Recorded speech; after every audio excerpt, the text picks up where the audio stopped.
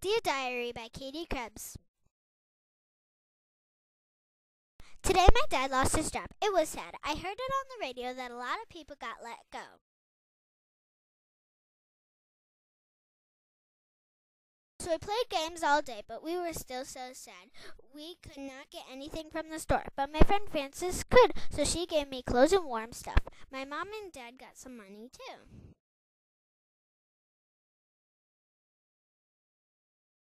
It was happy I had Frances as a friend. Her mom and dad are rich. She was so nice to do that for us, or else we would have to starve to death. Frances was very wealthy, and her family was too.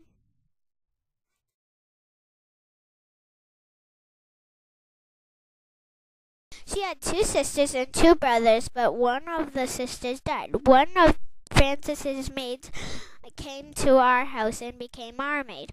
Frances's dad and my dad saved everyone from going bankrupt.